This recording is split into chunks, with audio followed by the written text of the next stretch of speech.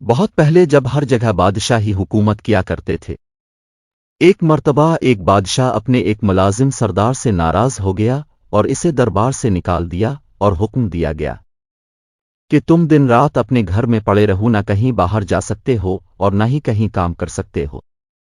یہ بظاہر معمولی حکم تھا، کیونکہ دن رات گھر میں پڑے رہنا، کچھ کام کاج نہ کرنا اور فارغ وقت گزارنا بہت مشکل ہوتا ہے۔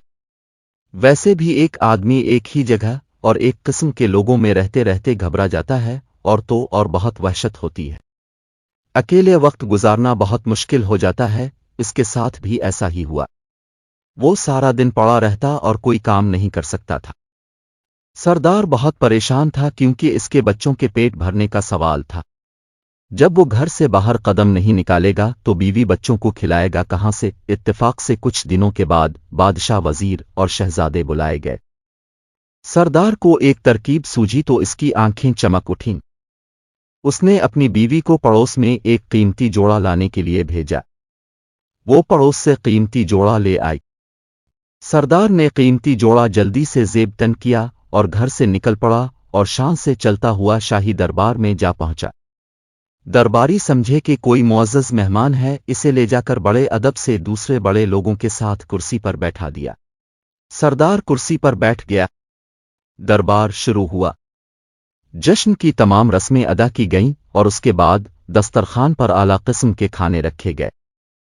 سردار نے بھی ہاتھ بڑھا کر خوب ڈٹ کر کھانا کھایا اور پھر نظر بچا کر بڑی چالاکی سے سونے کا ایک برتن اپنے لباس میں چھپا لیا اور دربار ختم ہوتے ہی وہاں سے چپکے سے بھاگ آیا اور گھر آ کر بڑے مزے سے سارا واقعہ اپنی بیوی کو سنایا۔ اس کے بعد اس کی بیوی بازار جاتی اور سونے کے برتن کا ایک ٹکڑا کاٹ کر فروخت کر کے کچھ رقم لے آتی۔ یوں سردار کی زندگی آرام سے گزرنے لگی اور پریشانی دور ہو گئی۔ ادھر دربار کے ملازموں نے دیکھا کہ سونے کا ایک برتن کم ہے تو بیچارے بہت گھبرائے اور برتن ڈھونڈنے کے لیے یہاں وہاں دوڑنے لگے۔ بادشاہ نے ان کی حالت دیکھ کر کہا کہ تم سب کیوں پریشان ہو؟ مجھے معلوم ہے کہ سونے کا ایک برتن غائب ہو گیا ہے اور اب وہ تمہیں نہیں ملے گا۔ مجھے یہ بھی معلوم ہے کہ وہ برتن کس نے چوری کیا ہے۔ اگلے سال پھر جشن ہوا اور دربار مہمانوں سے بھر گیا۔ جشن کے اختتام پر مہمانوں کو کھانا دیا گیا۔ سردار اس موقع پر بھی موجود تھا۔ کھانا کھانے کے بعد پھر اس نے نظر بچا کر بڑے اطمینان سے سونے کا ایک اور برتن اپنے لباس میں چھپا لیا۔ دربار ختم ہوا تو مہمان جانے لگے تو سردار بھی محل کے دروازے سے باہر نکلنے لگا کہ اچانک بادشاہ سامنے آ گیا۔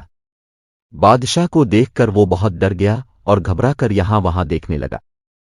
بادشاہ نے ہاتھ بڑھا کر اس کا ہاتھ پکڑا اور کہا کہ پچھلے سال کا چوری کیا ہوا برتن ختم ہو گیا، جو پھر ایک اور برتن چوری کرنا چاہتے ہو؟ یہ سنتے ہی سردار کے ہوش حیران ہو گیا اور خوف کے مارے کانپنے لگا۔ آخر کار بادشاہ کے قدموں پر گر پڑا اور کہنے لگا، حضور، آپ کے حکم سے مجھے میرے گھر میں بند کر دیا گیا تھا۔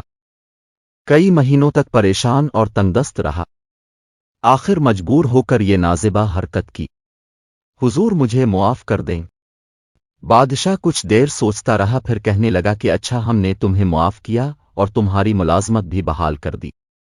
غلطی ہماری ہی تھی، ہم نے حکم ہی ایسا دیا تھا کہ آدمی بھوک اور تنگدستی سے مجبور ہو کر چوری کرنے پر آمادہ ہو جاتا ہے۔ اگر ہم تمہیں گھر میں قید نہ کرواتے تو شاید تم ایسی حرکت کبھی نہ کرتے۔ جاؤ، اب ایسی حرکت نہ کرنا۔ چوری بہرحال بری حرکت ہے۔ بادشاہ اور سردار دونوں نے غلطی کی تھی۔ دونوں نے اپنی اپنی غلطی تسلیم کر لی اور ایک دوسرے کو آئندہ کے لیے عبرت حاصل ہو گئی۔ کہتے ہیں کہ پھر سردار نے کبھی چوری نہ کی اور نہ بادشاہ نے کبھی کسی کو ایسی سزا دی۔ پرانے زمانے میں بادشاہ بھی تو ایسے ہوتے تھے، لوگوں کو سزا دے کر بھول جاتے تھے کہ لوگوں کے بھی کچھ حق ہیں، ان کی بھی زندگی ہے، ہر کسی کو اپنی زندگی کی پرواہ ہوتی ہے، دوسروں کی نہیں۔ اور نیچے جو وہ سبسکرائب کا بٹن ہے نا، اس کو ہٹ کرو، جلدی سے کرو، سبسکرائب۔